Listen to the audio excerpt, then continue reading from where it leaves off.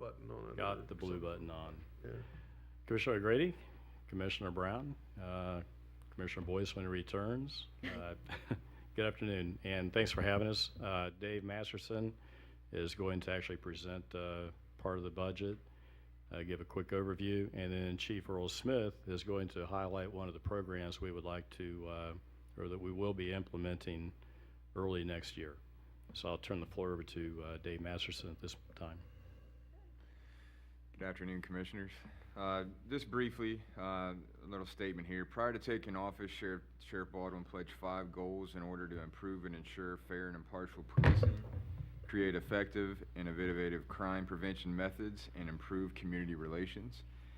Through his first 18 months in office, he and his staff are well on their way to achieving these goals.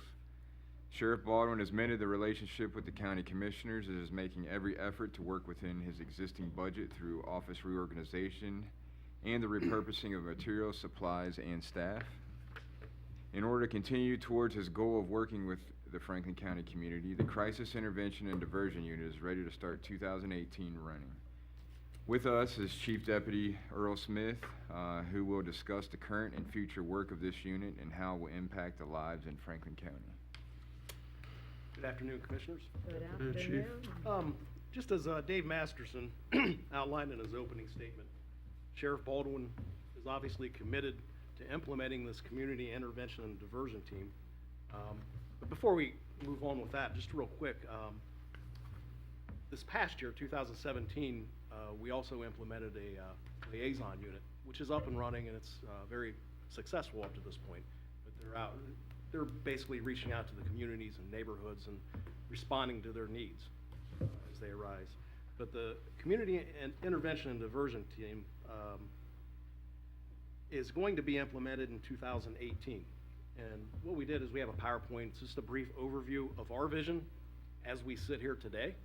And obviously, with the complexities of drug overdose and mental illness, that vision can ebb and flow and change over time. So this is the way we see it today. And as we move forward here, we have a basic mission statement is to provide personal humane responses to individual and serious mental health crisis. Now, that also includes, mental health and drug overdose. We kind of see that as something that is intertwined. So when we talk about mental health, we're actually talking about both in this presentation. What we decided to do is we needed a best practice, so to speak. So we reached out to other agencies. We looked around actually the country, and we decided that Bexar County had the best practice, so to speak, on in diverting people from jail to mental health facilities or drug rehab. So we went to Bexar County. We sent a couple of people out to Bexar County down to Bexar County, Texas, to see how they do business. San Antonio? San Antonio, yes, sir.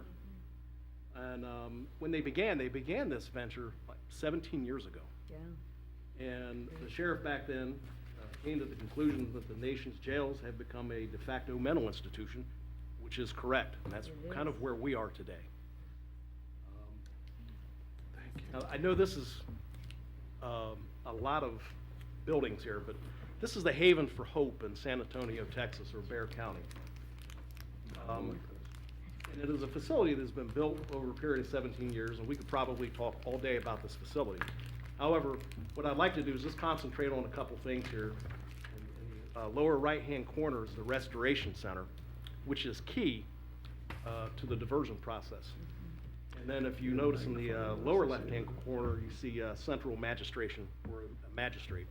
So we think those two things, when we're talking about diversion, are critical. That Restoration Center, which opened actually in 2008, is when that actually opened.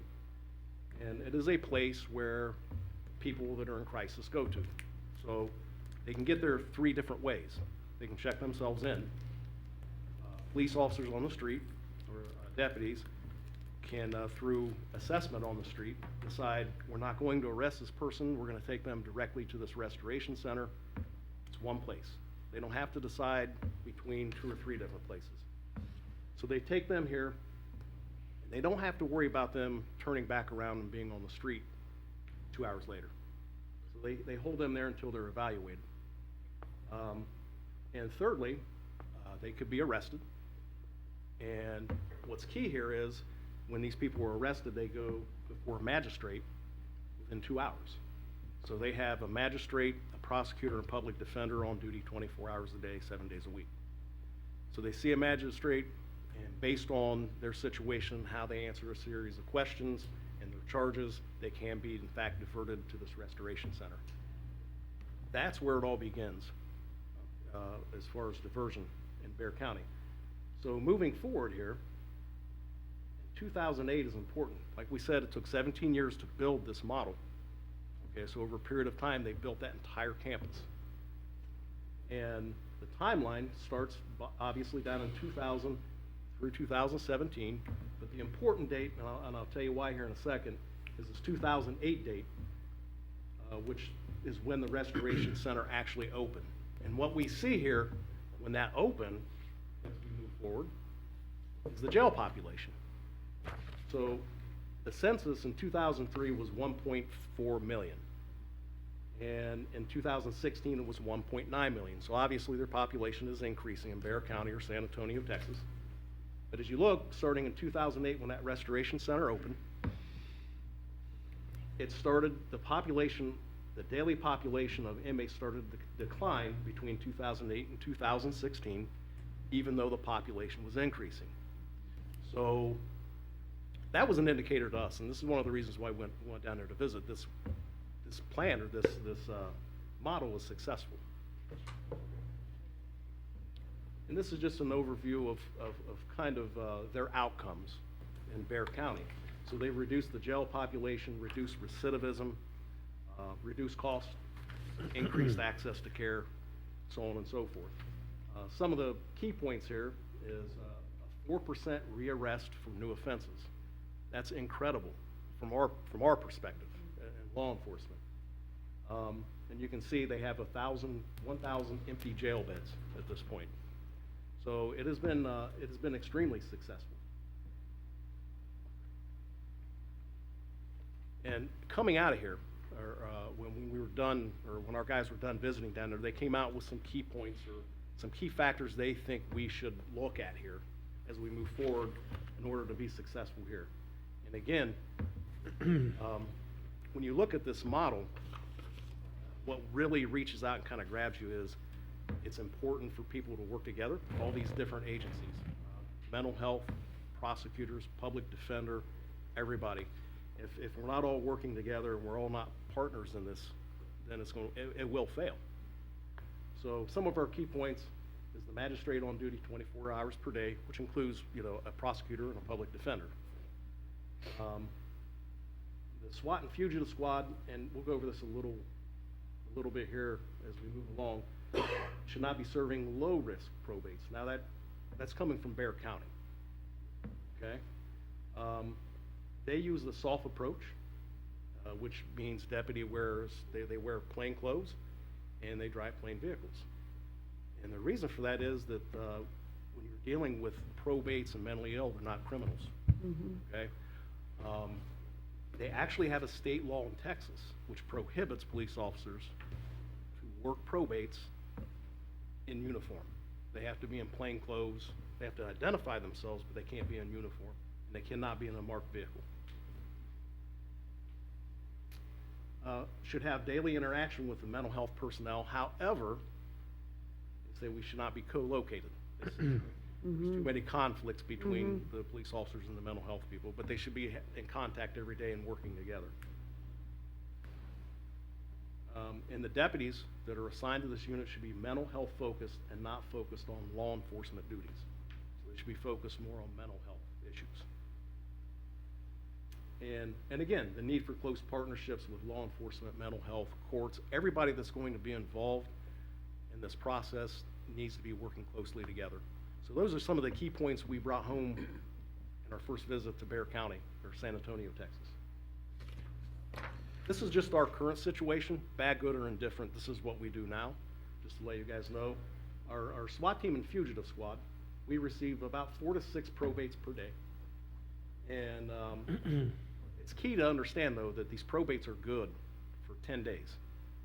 So over a period of 10 days, we may work the same probate 2, 3, 4 times, okay? So doesn't necessarily mean you're only dealing with 4 to 6 per day. You may have leftovers from the previous days you're trying to catch up on, if that makes sense. So they're working several probates every day. And then that's in addition also to their duties, their daily duties of working high-risk felony warrants, hostage barricade situations, high-risk search warrants. When the presidents and everything they visit, they have to be part of that, and other various high-risk operations. I think I talked to our SWAT commander before we came here, and I think they're up to 300 call-outs this year. Just kind of give you an idea where they're at. The fugitive squad, they also, in addition to working probates, travel all over the state and country retrieving fugitives for Franklin County Common Police Court. So they don't really necessarily work felony warrants. They don't make, but they do. They don't make that a priority because of the number of probates we're encountering right now.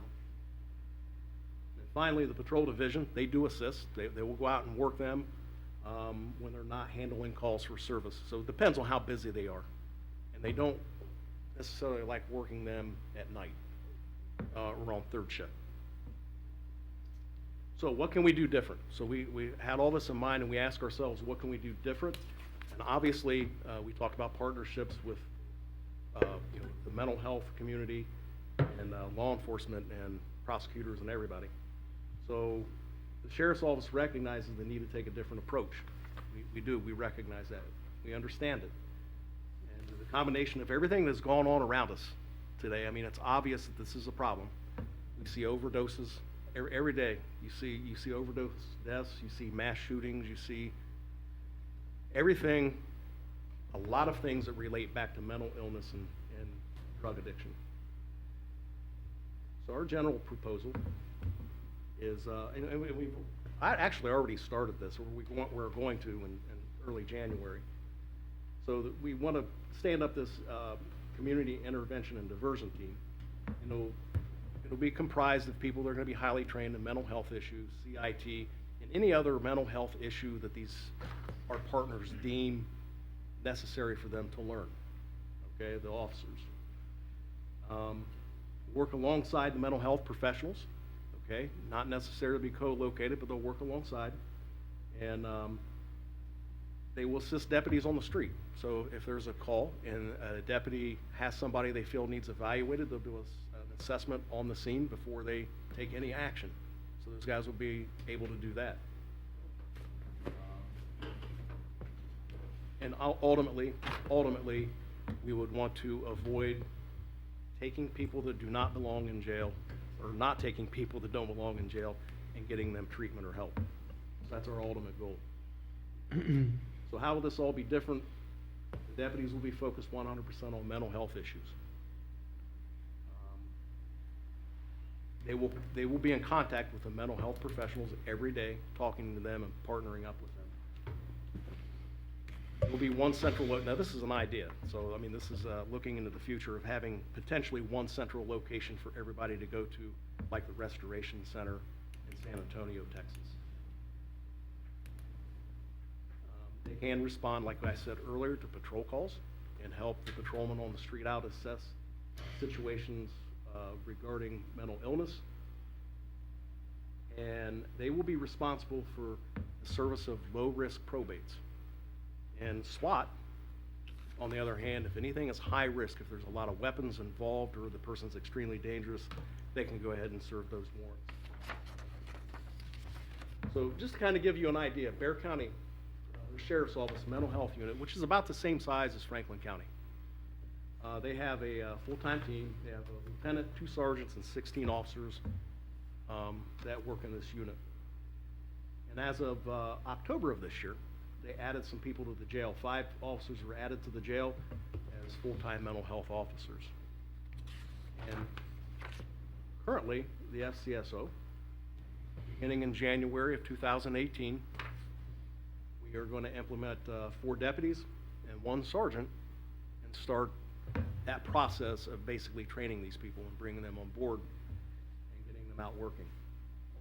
looking into 2019, with the support of the commissioners and our partners, the FCSO will propose an additional 4 deputies and a sergeant, and look at a secretary, depending on how busy it is and how many warrants and things we get.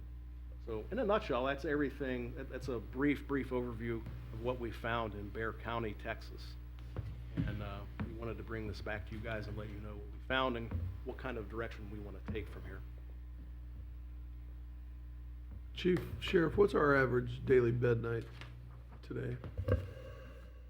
Right now, we're running about 2,100 daily population. And we've calculated about 30% of the population actually suffers from mental health issues. And they spend longer in the jail. Typically about Because of probably it. 3 times longer in jail than someone who does not have the same issues. Can this you is- imagine how happy I am because of this Well, this is approach? This is good stuff. When I became a commissioner, we had just finished the jail survey as we were preparing to build the jail, and as a result of the jail survey and the charrettes and everything that we were doing, getting ready for, you remember that process, right? But as a result of all of that process that we were going through, it was a lot of there was a lot of pain involved. I remember everybody was gnashing and grinding of teeth, and a lot of everybody hated the process, but there were a lot of people that were involved in it, and so you had judges that were hypersensitive to their sentencing. You had everybody was really aware, and so you had law enforcement that was not just the sheriff's department, but all of the suburban agencies were all aware of where they were taking people, and so our bed nights went from at one point it was 2,400, and it went down, and at one point we were somebody in the room probably knows better than me, but we were at 1,750 or below 1,800 at one point, and it slowly creeped back up because that was 9 years ago, 8-9 years ago. Yeah. And so the numbers have slowly creeped back up because judges have changed. We've had judges retire, other judges get elected. There are a lot of things that have happened. Some of the people that are involved in the system have retired. People have come in and out. I see Kathy Crandall back there nodding her head. She knows what I'm talking about.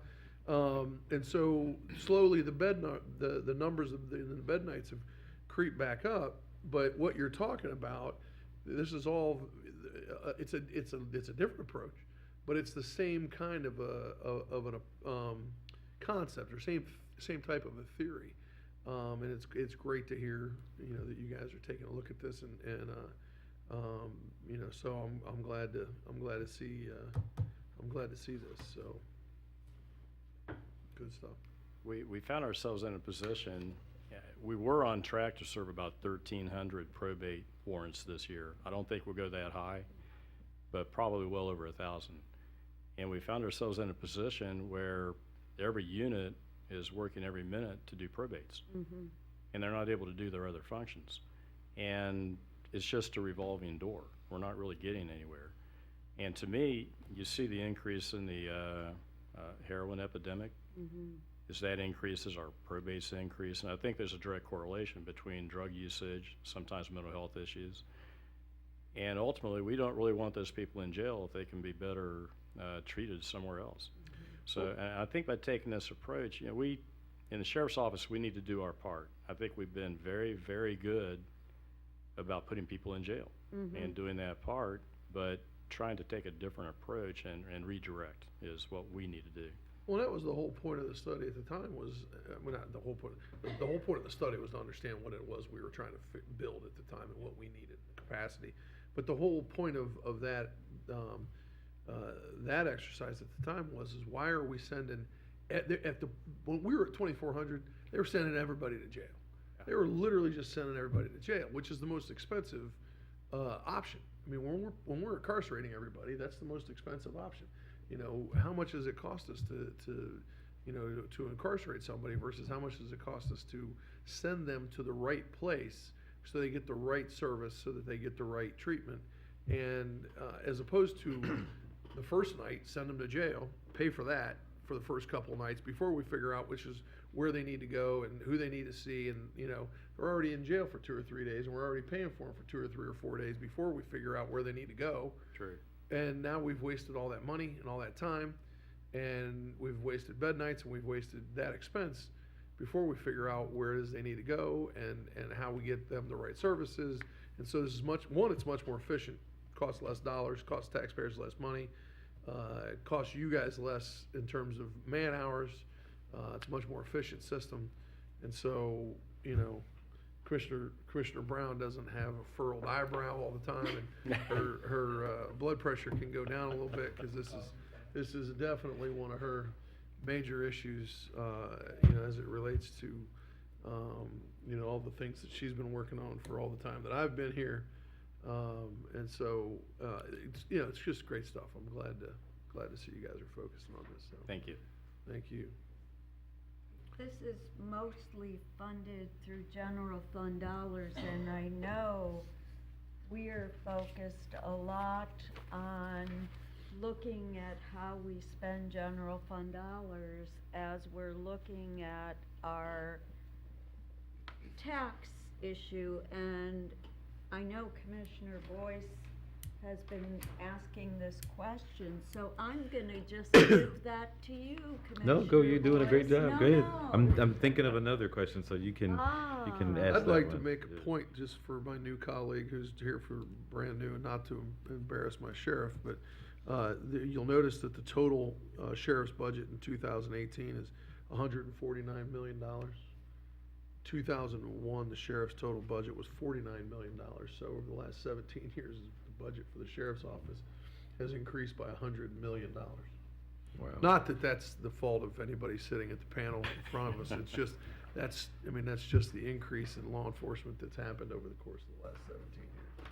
Now, a lot of that had to do with, you know, federal dollars and the money's coming down from the Would federal have to do government. with and 9/11 and 9/11, yeah. post 9/11 and the community growing and,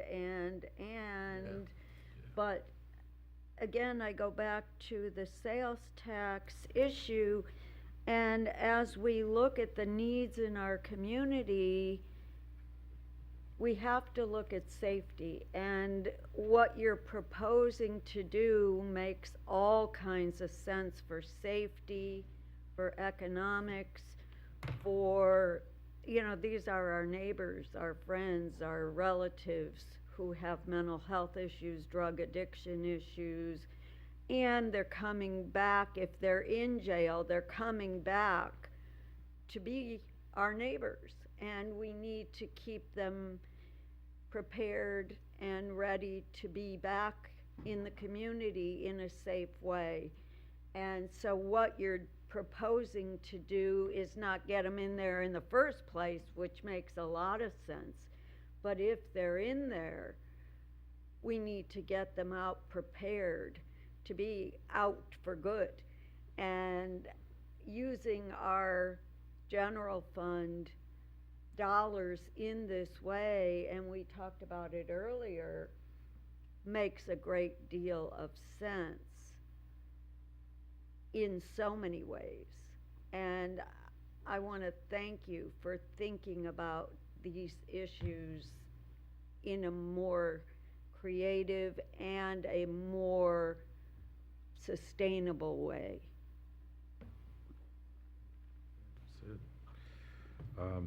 Well, I'll just say, for one, I appreciate the presentation, and I really feel like you honed in on the areas that you really are most passionate about and most critical in your administration, so that's helpful. But as you know, Sheriff, you know, we are in the process as commissioners of considering extending the sales tax at its current rate and making it permanent, in fact. One of the primary reasons has to do with the facility that we're building to accommodate a lot of the things that your folks have outlined. I think the easiest way to ask this question, where I'm really trying to get the public and those who are paying attention to this conversation about this extension, you know, if we don't do the extension, and we are at current levels and we stay at current levels, we are going to have to make significant cuts. And I just don't think there's any way to look at it other than that everyone will feel it. And I just, if you could, and I maybe would ask Administrator Wilson to comment on this as well, what would those cuts look like? And more importantly, how would the public be affected by potentially not extending that, the current rate? You know, where we're gonna have to make cuts probably over the next several years, each year, year over year, we'll be making those cuts to accommodate. And so if you could talk about where you'd make the cuts, and then I'd ask Administrator Wilson to maybe comment on his thinking with regards to that as well. I think initially, obviously the jail. The new jail is funded almost primarily, I understand, by the sales tax. If we don't build a new jail and there are cuts, the two facilities we have are very expensive to run. They're gonna take a lot of repair just to keep them operational. I know I've talked with the county administrator, we had a leakage problem we looked at, and we were concerned about how much it would cost to limp through just for a couple of years to get the new facility built. We'll have those issues. They're old. The style does not lend itself to direct supervision. So we have the issue of doing rounds to check on inmates, which when that occurs, we have suicide attempts, we have assaults, we have other issues that end up in litigation and lawsuits. So by not building a new facility, you have those old issues hanging on, and we can't actually implement the correct programs to eliminate PREA and certain federally mandated programs that we need to do. That's one issue.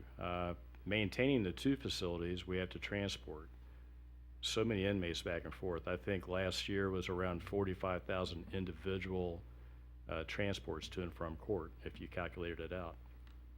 Very, when you're transporting, if you have an accident, you have all the issues that come with that. Possible lawsuits, injuries, litigation. Other programs, if we had to actually cut, the first places I could cut, we can't cut patrol. We have to respond to runs. So that would be one of the last places. We have to start looking at, unfortunately, our community programs. We have a pretty vibrant community relations bureau, and they're involved in all kinds of activities. They present programs, Street Smarts, numerous programs, but those are not a law enforcement, catch the bad guy type function. So those would ultimately have to be the first ones to cut.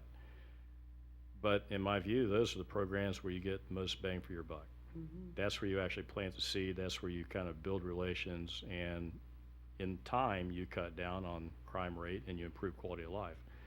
But those are the programs where you can't, if you don't have the money, you can't fund those initially. You have to guard the inmates, you have to service the court, and you have to respond to runs.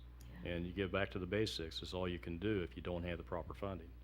So it would just be a priority basis. If we had to cut, you just start where it would have the least impact in the community and cut and go until you don't have to cut any further. That would, be something that a lot of communities do have to do. Hopefully the tax will carry on and we would not have to approach that. Building the new jail, if we can go into video arraignment, we can start cutting down on transporting so many inmates back and forth. We can have one facility to guard instead of two. We can have better social programs, and in this type of a diversion unit, we cut the population. They don't even end up there in the first place. It's a safer facility. When you have direct supervision, you have eyes on the inmates all the time.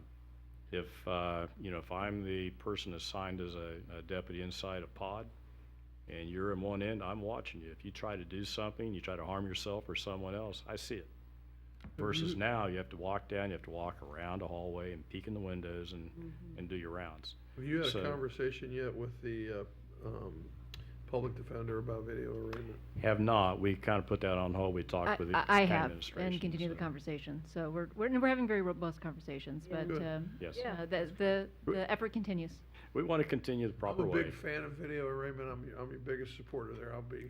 happy to have your back, but I know that And we're convinced and part of the conversation with the Public Defender's Office and the Prosecutor's Office, and certainly operationally with the Sheriff's team, is to ensure that we have all the due process mechanisms in place so that both the Public Defender's Office and the Defense Bar can be comfortable. This is happening around the country. We're not there's no reinventing the question, wheel. It's the trend around the country. but Aren't we some wanna of the make- judges a little opposed to it as well? Yes. It varies, although that continues to change, but that, it's an ongoing Defense conversation. bar, Correct. the public defender, and I hear And- some of the judges are as And well. I think it's But some it's cases. gotta happen, and I will be more than happy to have your back, and, you know, it's a huge dollar issue, and it's the wave of the future, it's the way things are going, it makes a ton of sense from financially, from security, issue and operations issue, and they're just gonna have to figure it out. Well, we appreciate your support and the support of the administrators. And we want everybody on board. We don't want to have anybody, you know, kicking their feet and mad that they have to participate. No, I think we're all on the same page. We want everyone eager to engage in this. And I'm very positive, very optimistic that it will happen. We will, there's one other program I would like to kind of highlight if I answered. I would like Oh, I'm Commissioner sorry, go Wilson to comment on it, if you don't mind, too. Commissioners, when we talk about budgeting, as I discussed this morning, we have to take a long-range view because we know that over time there's increasing needs to speak to. And a perfect example would be that here the Sheriff's Office has presented a total of 6 new FTEs to continue to carry forward a very important initiative into 2019 as it relates to probate.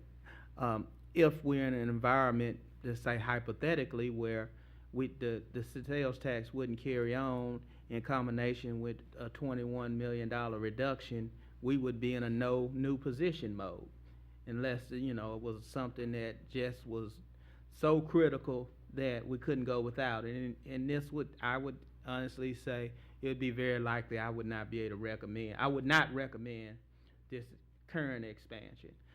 And that's just one example. But while, as it's been stated, we're mandated to run a jail. We're mandated under the Ohio Revised Code to respond to calls to service.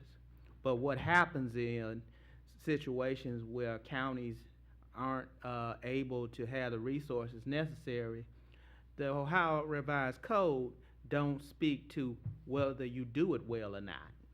Meaning if you have fewer deputies, you will be slower to respond to that call to service.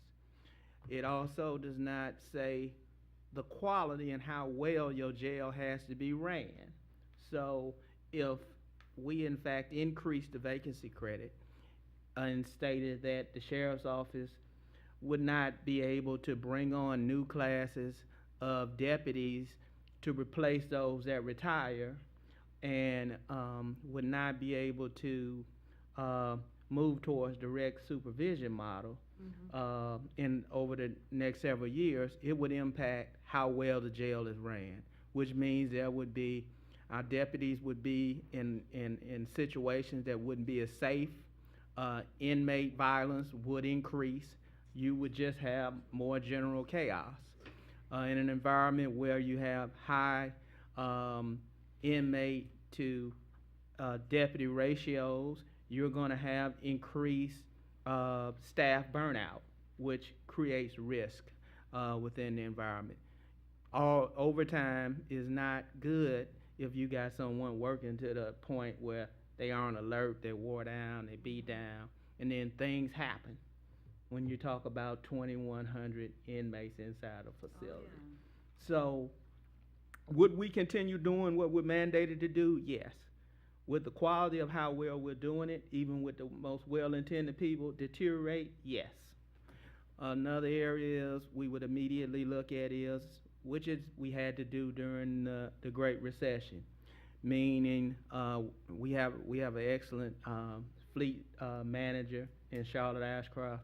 We would delay vehicle purchases, and that means that vehicles are on the road longer than we have a plan for them based on the useful life.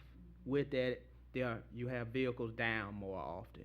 And when vehicles are down, that impacts the patrol operation. It impacts across the board, yes. All right, I'm gonna take the reins here, and we are 50 minutes plus over our allotted time, so we're gonna give the sheriff some reprieve and cut back on our, unless anybody has a really, pending, important question. I just want to say that I think that the sheriff's office is one of the most important offices.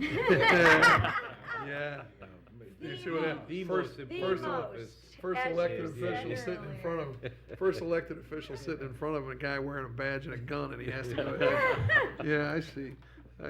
All right, well, Sheriff, thank you for being here. Appreciate all the good Thank work you guys are Thank you. doing. Team. It's great to have you here. Thank you, guys.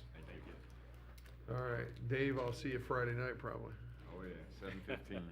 Yep, mass where we're at. chaos. All right, maybe I'll be out of there by then.